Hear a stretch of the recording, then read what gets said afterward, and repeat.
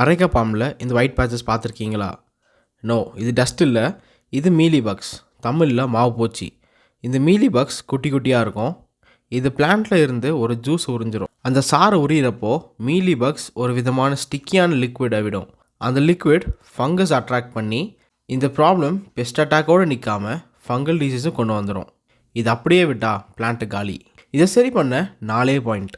Point number 1, காட்டனை soap water இல்லைனா நீம் ஆயிலில் டிப் பண்ணி இன்ஃபெஸ்டட் ஏரியாவில் வைப் பண்ணுங்க.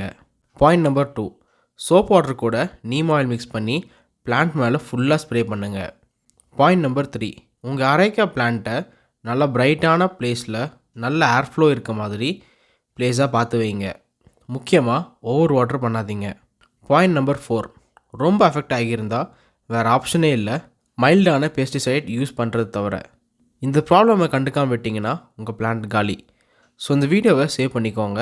எந்த ஃப்ரெண்டுக்கு இந்த ரீல் யூஸ் ஆகுமோ அவங்களுக்கு ஷேர் பண்ணிடுங்க. உங்கள் எக்ஸ்பீரியன்ஸை கமெண்ட்ஸில் சொல்லுங்கள். உங்களுக்கு ஃப்ரீயாக ஒரு பிளான் கிடைக்கலாம்.